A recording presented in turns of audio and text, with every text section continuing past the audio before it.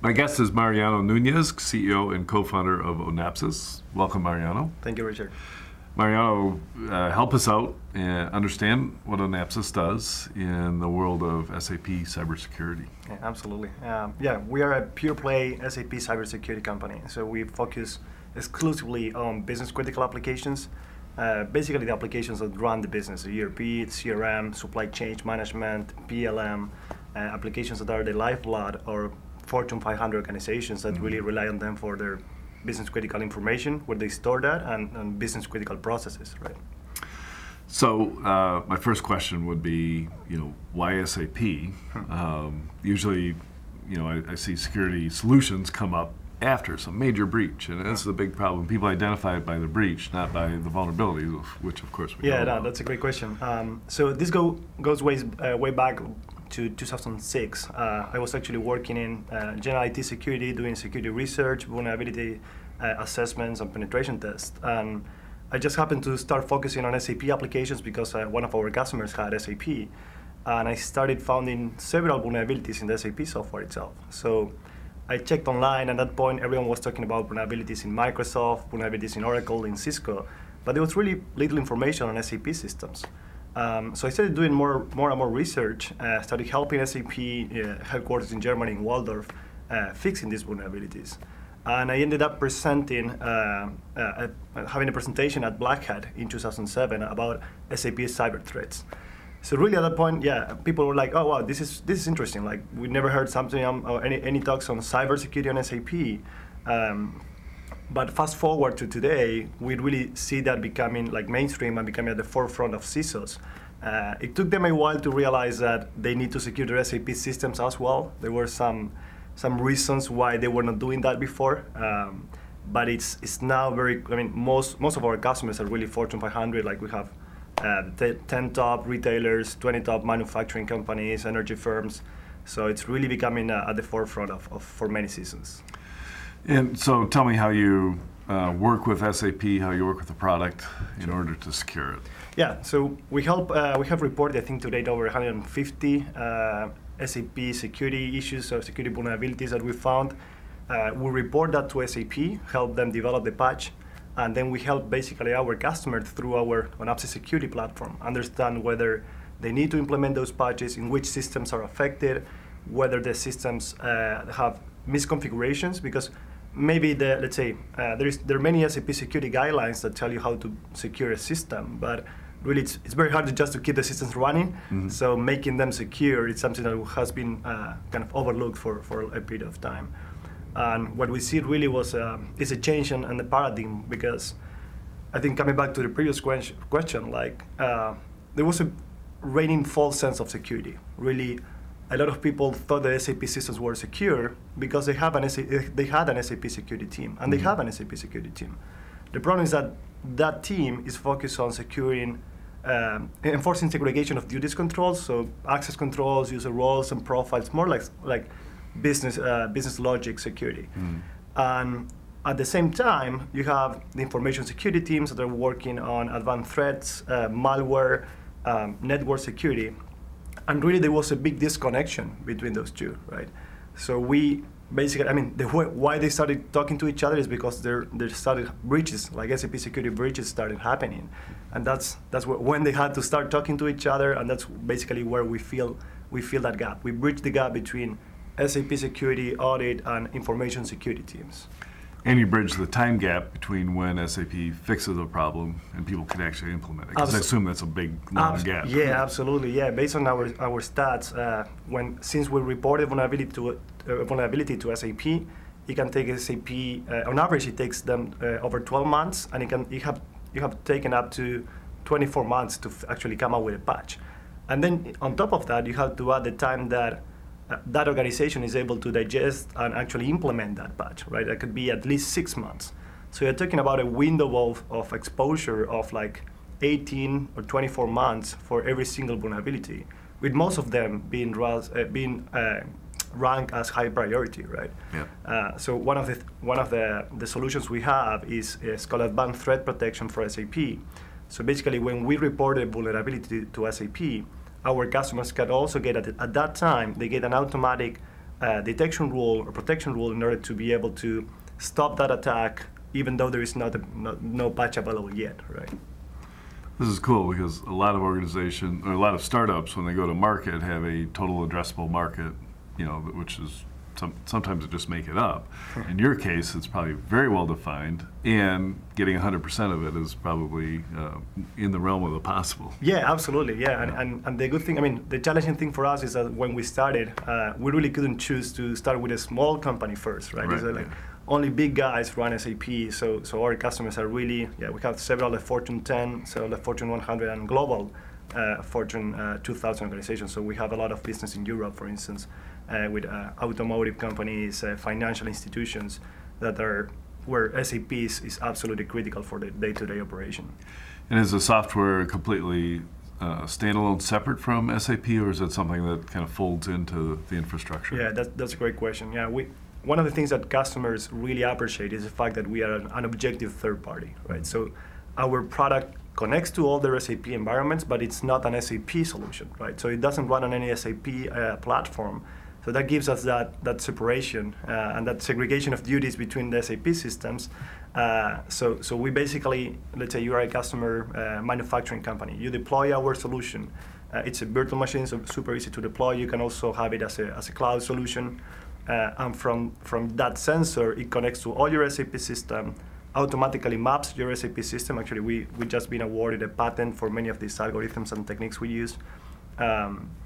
Maps your SAP systems, maps the interfaces among your SAP systems, and then also can trigger automatically security assessments, either black box vulnerability assessments, audits and compliance, so you can check your systems automatically for PCI, SOX, NERC, HIPAA, or your own internal SAP security baseline.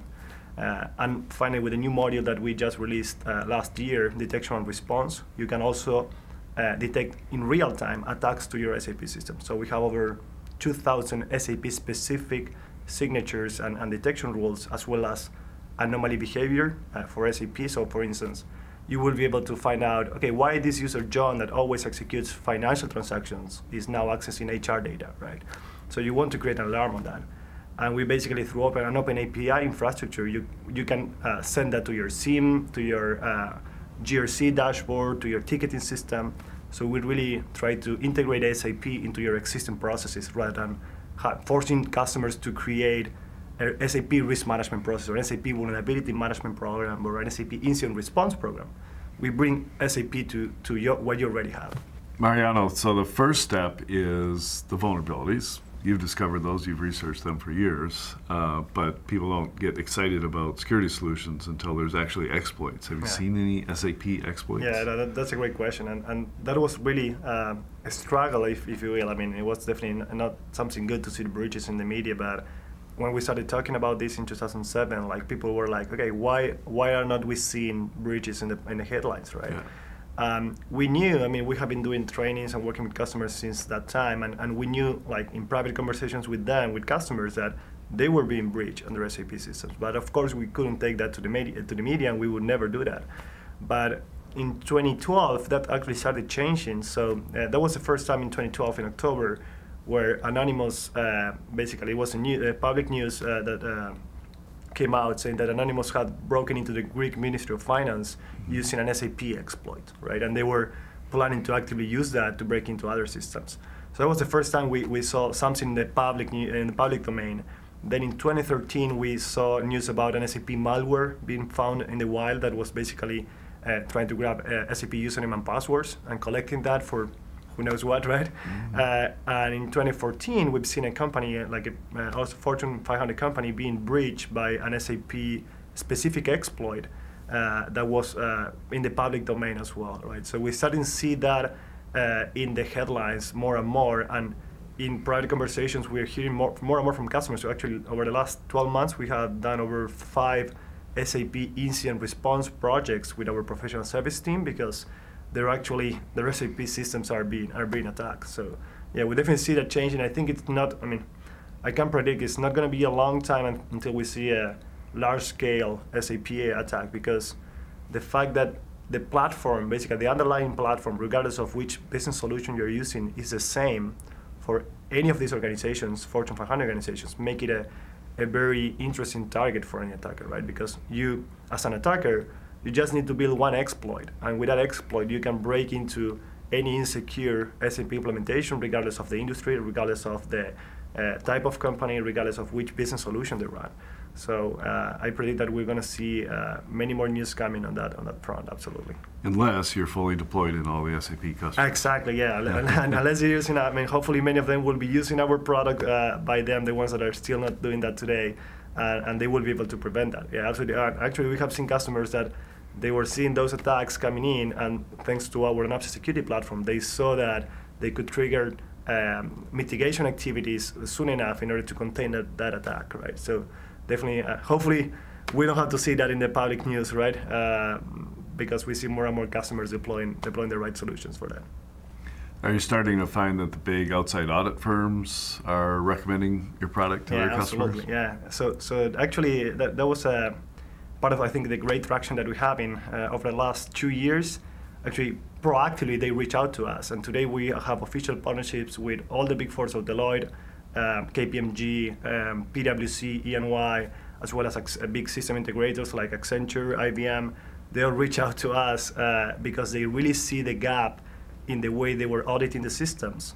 They cannot say a system is SOX compliant if anyone, even without having a username in the SAP system, can break into it and change any financial record, right? So we're definitely seeing that traction also from the ecosystem of partners, and for us that's also great validation, right? Yeah. So I have to ask the question because it's just being begged to ask, why not an Onapsis for Oracle as well? Absolutely, yeah, we're going there. So we define ourselves as a business critical application security company, right? And we actually done already a lot of research on the Oracle business application space. Not in the database, there are many companies that do Oracle database security, so we don't want to play there. We know we're not going to be the best there, so we want to play where we are the best. And in 2012 already, so like 3 years ago, our CTO presented on threats to JD Edwards and Civil that are now part of Oracle. And we definitely have some product lines, expanding the product portfolio to the Oracle business application space. We see it's basically the same pattern, the same problem. Like we're not looking, security people were not looking at those systems from this perspective, and it's exactly the same kind of problems where anyone can completely shut down an Oracle JD Edwards system that is running the product line, right? The production line, sorry. So that's very critical for any organization. It seems like every large SAP deployment, when they first start getting up to speed, can take years and millions of dollars. Yeah. So does that mean that your product is difficult to deploy as well? Yeah, that's a good thing about not running on top of an SAP system. So yeah, absolutely. I mean, we have customers rolling out SAP over 5 years with with a budget of 1.5 billion over that process, and that's becoming more and more common. In our case, our platform can be deployed in a matter of weeks, really. So it's really very easy to deploy as a virtual machine. You deploy it on your network, and it automatically maps your SAP system, even without having access to the SAP systems or installing anything on the SAP systems. You can get value right away by being able to do black box security assessment and detecting, okay, at least I want to start knowing what anyone on my network would be able to detect and try to exploit in my systems, right? And then you can add, on top of that, more modules that may be a bit more intensive from an implementation perspective, but that's where our partners really help a lot on taking on that implementation services. It sounds like the relationship with SAP is friendly, and you've got a good working relationship. Yeah, absolutely. Our products are SAP certified. We are official SAP partners for a few years already, and yeah, we were actually the first security researchers that started helping them fix these critical issues. So they really appreciate us, and they publicly. They're actually, it's interesting, when in 2007, there was something so new even for SAP that it was kind of a topic that is a little bit like hard to manage, right? But now you see SAP taking a different approach and being more proactive. So they are doing presentations at their own conferences on how to hack SAP, right? SAP hacking itself. Basically, they're using the presentations we did in 2007, right? So it's a little bit outdated, but still, it's a change on the mindset, I think. Where's your company in terms of development? How many people? Yeah, so we are over 80 employees today. Our headquarters is in Boston, Massachusetts. We have an R&D office in Latin America, in Buenos Aires. And then we have sales operations in Germany, France, and UK. Yeah, so we do a fair amount of business in Europe as well. Yeah, so I just see that's following where SAP installs exactly, are. Yeah, exactly.